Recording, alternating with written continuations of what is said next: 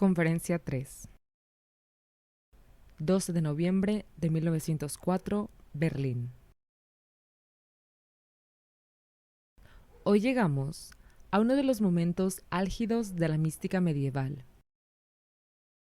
Al místico que fue al mismo tiempo uno de los eruditos más destacados de su época, Nicolás Kripf, o Krebs, de Cusa. A orillas del Mosela, conocido como el Cusano, fue una de las personalidades más interesantes de su época.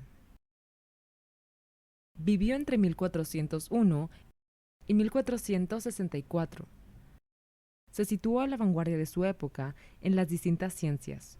Fue matemático, físico y jurista. Inicialmente como abogado. Además, fue uno de los hombres más destacados e influyentes de su época.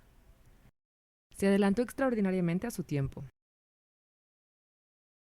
Unos 100 años más tarde, Nicolás Copérnico sentó nuevas bases para la visión astronómica del mundo. Sin embargo, Nicolás de Cusa ya había afirmado claramente que la Tierra gira alrededor del Sol.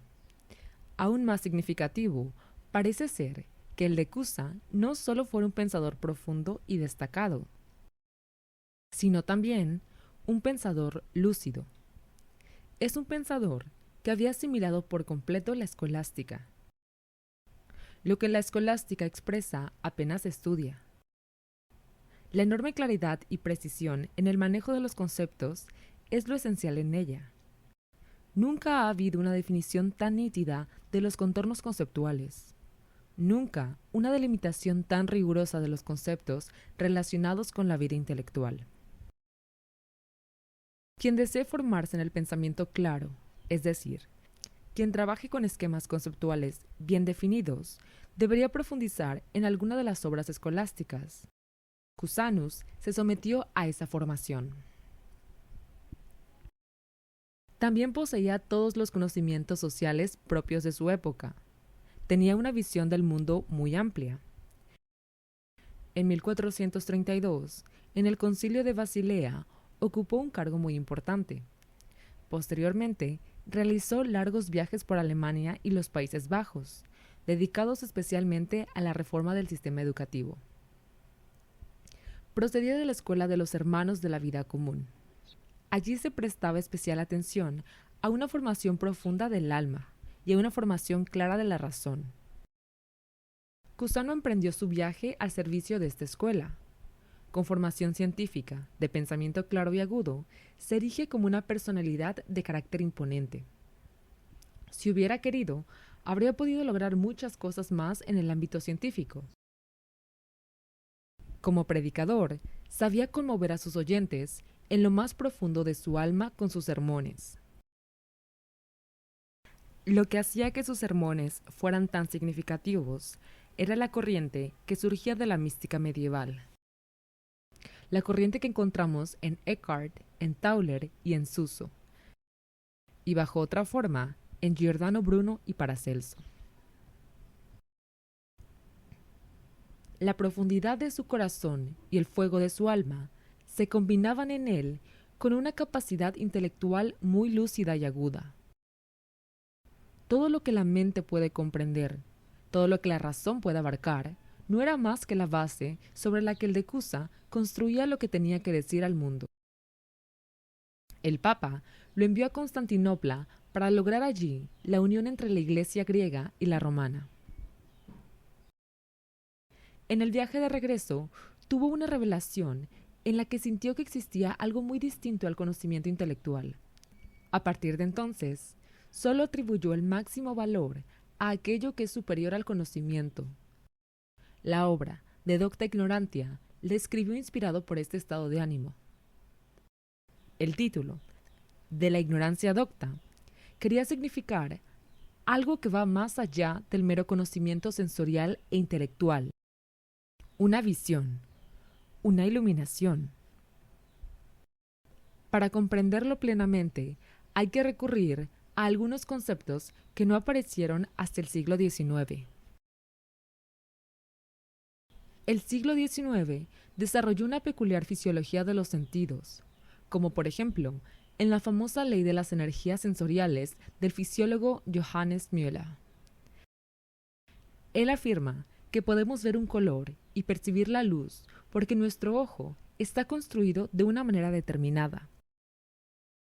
Si no tuviéramos el ojo, el mundo que resplandece con luz y colores estaría a oscuras, sin la percepción de los colores. Lo mismo puede decirse de la estructura de nuestro oído. La forma en que el mundo exterior penetra en nosotros depende de la estructura de nuestros sentidos. De las energías específicas de nuestros sentidos depende cómo percibimos el mundo. Helmholtz se ha pronunciado sobre cómo concibe esta relación. Afirma: ¿cómo puedo saber cómo es la luz en sí misma, el sonido en sí mismo? Nuestras sensaciones sensoriales no son más que signos del mundo exterior. El conocimiento, según el de Cusa, también se entiende en este sentido, es decir, como las impresiones procesadas por el entendimiento. Ahora nos preguntamos, ¿acaso nuestros sentidos no tienen una relación íntima con lo que vemos, oímos, etcétera? Debemos imaginar que el propio ojo está formado por la luz, que los sentidos no solo están ahí para el mundo exterior, sino que proceden del mundo exterior. El ojo ha sido formado por la luz. ¿Quiénes son, pues, los que construyen nuestros sentidos? Si el ser humano no estuviera limitado por los límites de su conciencia habitual, lo sabría. En cada individuo debe existir la fuerza que forma los sentidos. En la vida embrionaria deben actuar la luz y el sonido. Deben actuar en la vida embrionaria en el propio individuo y formar los órganos. La luz abre el ojo desde dentro. El sonido, el oído. Solo percibimos las cualidades externas a través de los sentidos. Estas cualidades externas también han formado los sentidos. Son los artífices de nuestros propios órganos. Nosotros mismos somos luz de la luz del mundo. Somos sonido del sonido del mundo. El místico se sumerge en lo que vive y se teje a su alrededor y en su interior. Percibe la luz creadora que actúa en el exterior y crea en el interior. Él mismo es luz y sonido en un mundo luminoso y sonoro. Cuando vive en la luz creadora, cuando vive en el sonido creador, entonces tiene una vida mística. Entonces, algo se apodera del ser humano que es distinto de la luz exterior y del sonido interior. Quien lo ha experimentado alguna vez lo percibe como verdad. De la luz creadora hablan los gnósticos, los místicos egipcios y los místicos de la Edad Media. Lo llaman la luz de los eones. Es una luz que, partiendo del místico, da vida a los objetos que le rodean. Ese es el pleroma de los gnósticos. Así es como el místico se siente dichoso en la luz del mundo. Se siente dichosamente entrelazado con esta luz de los eones. Allí no está separado de la esencia de las cosas. Allí participa de la fuerza creadora inmediata. Eso es lo que el místico denomina su dichoso estado en la luz creadora. La sabiduría vedántica denomina la sabiduría del mundo Chit, pero la dicha en la que el místico se sumerge en las cosas, en la que el alma se funde por completo con ellas, la doctrina vedántica la denomina Ananda. Chit es la sabiduría del mundo. Ananda, la sabiduría que se funde directamente con la luz de los eones, que se siente una con la luz universal que ilumina el mundo.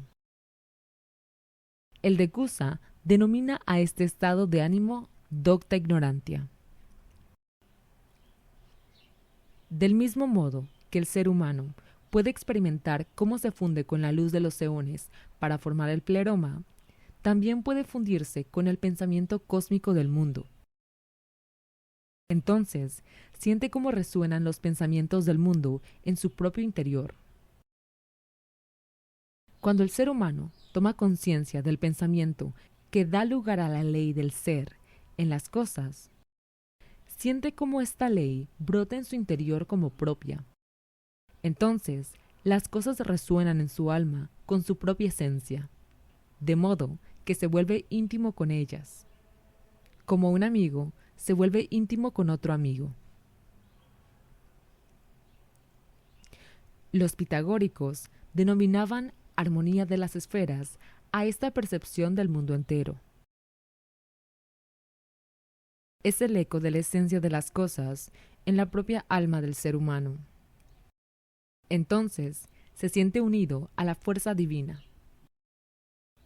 Es el escuchar la armonía de las esferas, la ley creadora del mundo. Es el entrelazamiento con el ser de las cosas. Es aquello en lo que las cosas mismas hablan. Y las cosas se expresan a través del lenguaje de su alma, desde su propio interior. Entonces, habrá alcanzado aquello de lo que dice el de Cusa que ninguna palabra es capaz de expresar. Lo que es lo que se ve. Esto no expresa la existencia sublime que como predicado corresponde a las cosas cuando el místico se une a ellas de la manera más profunda. Esta existencia sublime es el Sat de los indios. La escuela pitagórica distingue tres niveles. En primer lugar, la percepción exterior, Chit.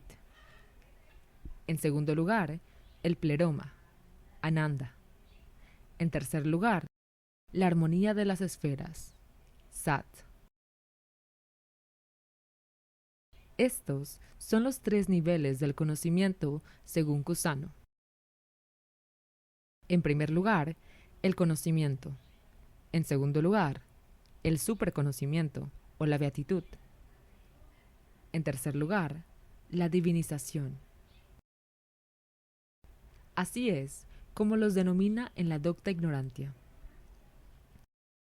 El hecho de que conozca estos estados confiere a sus escritos una delicadeza, una suavidad, hasta el punto de que se puede decir que son completamente dulces por su madurez. Además, sus escritos son maravillosamente claros, transparentes y están llenos de ideas poderosas. Fue un espíritu destacado. Todos los que le siguen se asientan sobre los cimientos que él sentó. Así también lo hizo Giordano Bruno. Cusanus extrajo su sabiduría de la escuela pitagórica. Comprendió lo que se entendía por el pleroma, la luz de los eones y la armonía de las esferas. También Ruysbroeck y Suso son, con su estilo refinado y embriagado de espíritu, los precursores de Cusanus. La teología Deutsch se presenta como una obertura a lo que escribió el autor de Cusano. Franz Pfeiffer se ha encargado de una reedición de la misma a partir de un manuscrito de 1497. Este escrito contiene notas profundas y conmovedoras de una personalidad que ha permanecido desconocida para la historia. Si alguien desea comprender el Sat de la filosofía vedántica, debe, al igual que en el caso de la Ananda, debe derramarse en el mundo, derramar por completo su voluntad en el Sat. En la divinización, Sat, debe existir la voluntad desinteresada. Su voluntad debe haberse vuelto impersonal. Quien escribió la teología Deutsch se encargó de que su nombre no pasara a la posteridad. Se denomina simplemente el de Frankfurt. El ser humano debe entregar su voluntad a lo divino, como mensajero de la deidad, y aquello que el ser humano desea por sí mismo lo denomina la escritura una ofrenda. Antes de Cusano, la mística aspiraba, partiendo del mero conocimiento a la iniciación en el pleroma, la luz creadora del mundo. En la ignorancia erudita, esto se manifestó entonces de una manera erudita y perspicaz. El conocimiento y el entendimiento fueron despertados a una vida nueva e inmediata. La ignorancia de Cusano es, al mismo tiempo, un saber superior. Distingue 3 niveles: conocimiento, beatitud, deificación, Chit, Ananda, Sat. Es a la vez el mayor erudito y uno de los hombres más profundos.